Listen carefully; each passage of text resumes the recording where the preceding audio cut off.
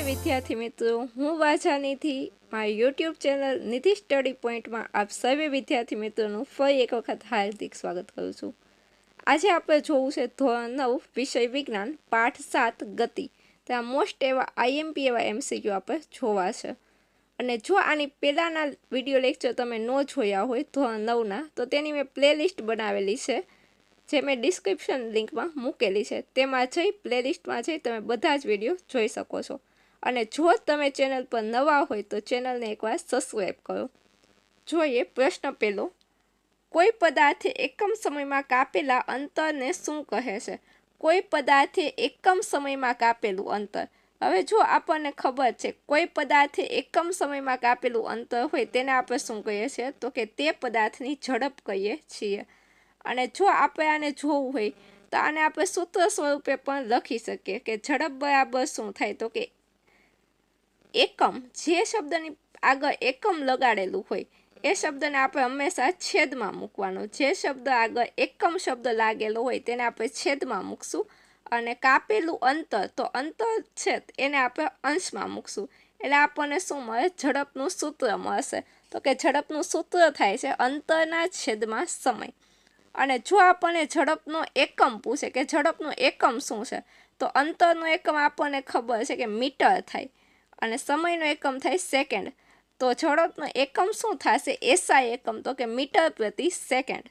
SI એકમ સિવાય બી kilometre પ્રતિ કલાક, સેન્ટીમીટર પ્રતિ સેકન્ડ એવા ઘણા એકમો થઈ શકે, પણ જો આપણને ઝડપનો મૂળભૂત એકમ પૂછે તો થાય મીટર પ્રતિ સેકન્ડ। અને ઝડપ છે એ કેવી છે? અદિશ રાશિ છે। હવે આપણને એક પ્રશ્ન થાય કે અદિશ રાશિ એટલે શું? તો કે અદિશ રાશિ એટલે કે એવી રાશિ કે જેમાં ફક્ત મૂલ્યની જરૂર પડે, તેમાં દિશાની જરૂર પડતી નથી। તો આપણને ગમે તે પ્રશ્ન ઝડપને લગતો પૂછાય કે ઝડપ એટલે શું? તો કે એકમ સમયમાં કાપેલું અંતર। ઝડપનો એસઆઈ એકમ છે મીટર પ્રતિ સેકન્ડ। ઝડપ એ કેવી રાશિ છે? તો કે અદિશ રાશિ છે કે જેને દર્શાવવા માટે આપણે દિશાની જરૂર નથી પડતી, ફક્ત મૂલ્યની જરૂર પડે છે। અને ઝડપને લગતા તમને ઘણા બધા પ્રશ્નો પણ પૂછે, દાખલા પણ પૂછી શકે, જેમાં તમને સમયનું અને અંતરનું મૂલ્ય આપેલું હોય અને ઝડપનું મૂલ્ય પૂછે છે। જોઈએ અહીંયા આપણને સમજૂતી આપી જ છે કે અદિશ રાશિ કોને કહેવાય? જ્યાં માત્ર મૂલ્યની જરૂર પડે, દિશાની નહીં। અને ઝડપનું સૂત્ર પણ લખેલું છે અંતરના છેદમાં સમય। ત્યારબાદ જોઈએ પ્રશ્ન 2, જો કોઈ પદાર્થ આ ત્રિજ્યાવાળા વર્તુળાકાર માર્ગે અડધું ચક્કર પૂર્ણ કરે। હવે આપણને શું કીધું છે? કોઈ પદાર્થ છે આ ત્રિજ્યાવાળા વર્તુળાકાર માર્ગે, અહીંયા આપણે વર્તુળાકાર માર્ગ ડ્રો કરીએ તો કે એની ત્રિજ્યા કેટલી છે? તો કે એની ત્રિજ્યા છે આર જેટલી। આપણે જોઈએ વર્તુળાકાર માર્ગ છે, એની ત્રિજ્યા કેટલી છે? તો કે આર જેટલી એની ત્રિજ્યા છે। અને જો કોઈ પદાર્થ આ ત્રિજ્યાવાળા વર્તુળાકાર માર્ગે અડધું ચક્કર પૂર્ણ કરે। હવે જો કોઈ પદાર્થ અહીંયા છે તો અહીંયા એટલે કે અડધું ચક્કર પૂર્ણ કરે છે, તો અડધું ચક્કર પૂર્ણ કરે એટલે એ કેટલો? તો કે અર્ધવર્તુળાકાર ભાગ છે એ કાપે, અને અર્ધવર્તુળાકાર ભાગ કાપે તો એનું સ્થાનાંતર કેટલું? સ્થાનાંતર એટલે શું? તો કે પ્રારંભિક અંતિમ સ્થાન માઇનસ પ્રારંભિક સ્થાનના છેદમાં 2, એને આપણે કહીએ છીએ સ્થાનાંતર। તો અહીંયા જો આ એનું અંતિમ સ્થાન છે, અહીંયા એનું પ્રારંભિક સ્થાન છે। હવે જો આટલું આર હોય એટલે કે ત્રિજ્યા, તો આટલું પણ શું હોય? આર જ હોય। તો આર અને આર એટલે 2r થાય, અને એને આપણે વ્યાસ પણ કહી શકીએ। તો આપણું સ્થાનાંતર કેટલું થશે? 2r જેટલું સ્થાનાંતર થશે। જોઈએ જવાબ આવશે C 2r। જો અડધું ચક્કર પૂર્ણ કરતા પદાર્થ વર્તુળના વ્યાસના સામા છેડે પહોંચે, તેથી પ્રારંભિક અને અંતિમ બિંદુ વચ્ચેનું સીધું અંતર એટલે કે સ્થાનાંતર કેટલું થાય? વ્યાસ એટલે કે 2r જેટલું થાય। અહીંયા 2r ની બદલે આપણને d આપે તો આપણે d લખી શકીએ। પ્રશ્ન 3, વાહનોમાં લગાવેલું ઓડોમીટર કઈ ભૌતિક રાશિનું માપન કરે છે? વાહનોમાં જે ઓડોમીટર લગાવેલું હોય છે એ કઈ ભૌતિક રાશિ માપે છે? તો કે આપણને બધાને ખબર છે કે આપણા વાહનોમાં જે ઓડોમીટર છે એ શું? તો કે વાહનોમાં કાપેલું કુલ અંતર માપે છે। પણ જો તમને પૂછે સ્પીડોમીટર, તો સ્પીડોમીટર છે એ શું માપે છે? તો કે સ્પીડોમીટર છે એ વાહને કાપેલી ઝડપ માપે છે, એટલે કે સ્પીડ માપે છે। જે બી છે કાપેલું કુલ અંતર, અને સ્પીડોમીટર છે એ શું કે તો કે વાહનની ઝડપ માપે છે, જ્યારે ઓડોમીટર વાહને કાપેલું અંતર માપે છે। પ્રશ્ન 4 છે પ્રવેગનો એસઆઈ એકમ નીચેનામાંથી કયો છે? તો જો પ્રવેગનો એસઆઈ એકમ આપણને ત્યારે જ આવડે જો આપણને પ્રવેગનું સૂત્ર આવડતું હોય। તો પ્રવેગનું સૂત્ર શું થાય? પ્રવેગને આપણે એ વડે દર્શાવીએ છીએ, એક્સેલરેશનનો એ। અને પ્રવેગ એટલે શું? તો કે વેગમાં થતા ફેરફારનો સમય દર, વેગમાં થતા ફેરફારનો સમય દર।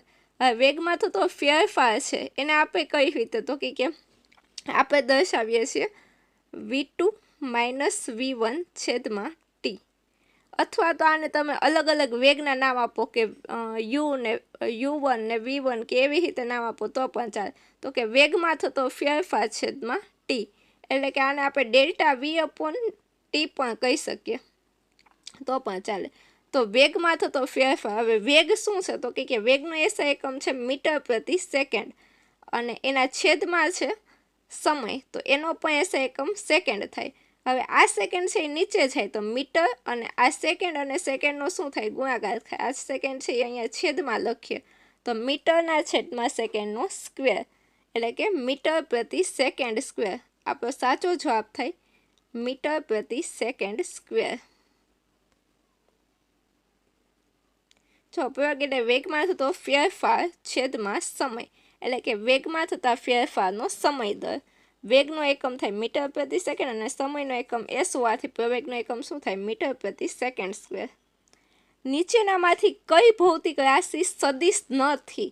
આપણને જો પ્રશ્નમાં પૂછ્યું છે સદિશ નથી, તો આપણે એવી રાશિ શોધવાની છે કે જેમાં દિશાની જરૂર ન પડતી। સ્થાનાંતર આપણને ખબર છે કે દિશાને આધીન હોય છે, કારણ કે આપણે અંતિમ માઇનસ પ્રારંભિક કરીને સ્થાનાંતર મેળવીએ છીએ। વેગ છે એના માટે પણ આપણે દિશાની જરૂર પડે છે, અને પ્રવેગ છે એ વેગમાં થતો ફેરફાર છે તો એમાં પણ આપણને દિશાની જરૂર પડે। તો આપણને ખબર છે કે અંતર દર્શાવવા માટે આપણે ક્યારે દિશાની જરૂર પડતી નથી। અંતર કે અથવા તો આપણને કે પથ લંબાઈ, પથ લંબાઈ અંતરની બદલે તમને ઓપ્શનમાં આપે પથ લંબાઈ, તો પથ લંબાઈ આપે તો પણ શું આવશે? એ સદિશ નથી પણ અદિશ રાશિ છે। અંતર દર્શાવવા માટે માત્ર મૂલ્યની જરૂર પડે છે, દિશાની નહીં, તેથી તે કેવી છે? અદિશ રાશિ છે। પ્રશ્ન 6 જ્યારે કોઈ પદાર્થ અચળ ઝડપે નિયમિત વર્તુળમાં ગતિ કરતો હોય, કોઈ પદાર્થ છે અચળ ઝડપે નિયમિત વર્તુળમાં ગતિ કરતો હોય ત્યારે શું થાય છે? તો કે તેનો વેગ છે એ સતત કેવો થાય છે? બદલાય રાખે છે। એનો વેગ છે એ સતત બદલાય રાખે છે, કારણ કે વર્તુળમાં ગતિમાં ઝડપ સમાન હોવા છતાં ગતિની દિશા દરેક બિંદુએ કેવી હોય? સતત બદલાતી હોય, તેથી દિશા બદલાતી હોવાથી વેગ પણ બદલાય તેમ કહેવાય છે। પ્રશ્ન 7 જોઈએ, વેગ અને સમયના આલેખ નીચે ઘેરાયેલા પ્રદેશનું ક્ષેત્રફળ કઈ ભૌતિક રાશિનું મૂલ્ય આપે છે? તો આપણે છે ને આ જ્યારે અચળ પ્રવેગી ગતિના સમીકરણ તારવતા હતા ત્યારે આનો ખાસ આપણે ઉપયોગ કરેલો હતો કે વેગ અને સમયના આલેખનું જે મૂલ્ય છે ક્ષેત્રફળ, ઘેરાયેલા પ્રદેશનું ક્ષેત્રફળ છે એ સ્થાનાંતરનું મૂલ્ય આપે છે। જ્યારે આપણે નિયમ તારવીએ છીએ ત્યારે પણ આનો ઉપયોગ આપણે કરીએ છીએ। સ્થાનાંતર એટલે કે કાપેલું કુલ અંતર, સ્થાનાંતરને આપણે એસ વડે દર્શાવીએ છીએ।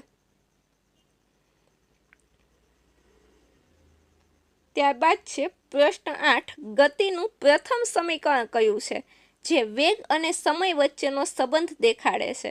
વેગ અને સમય વચ્ચેનો સંબંધ દેખાડતું સૂત્ર કયું છે? તો કે આપણે ઓપ્શન નંબર સી છે v બરાબર u પ્લસ એટી, એ શું છે? તો કે વેગ અને સમય વચ્ચેનો સંબંધ દેખાડે છે। એવી રીતે આપણને પૂછાય કે વેગની બદલે આપણને પૂછાય સ્થાનાંતર અને સમય વચ્ચેનો, તો કે આ જે ઓપ્શન એ છે સ્થાનાંતર અને સમય વચ્ચેનો સંબંધ દેખાડે છે। એવી રીતે આપણને પૂછે વેગ અને સ્થાનાંતર વચ્ચેનો સંબંધ, તો કે આ જે સૂત્ર છે એ આપણને વેગ અને સ્થાનાંતર વચ્ચેનો સંબંધ દેખાડે છે। તો જે રીતે આપણને પ્રશ્ન પૂછે આપણે એ રીતે જવાબ દેવાનો છે। અચળ પ્રવેગી ગતિના 3 સમીકરણો છે જે ખૂબ જ અગત્યના છે, તેની તારવણી પણ ખૂબ જ અગત્યની છે। તો ખાસ કરીને 3 સમીકરણ જોઈને જવા અને એની તારવણી પણ જોઈને જવી। સી વી બરાબર યુ પ્લસ એટી।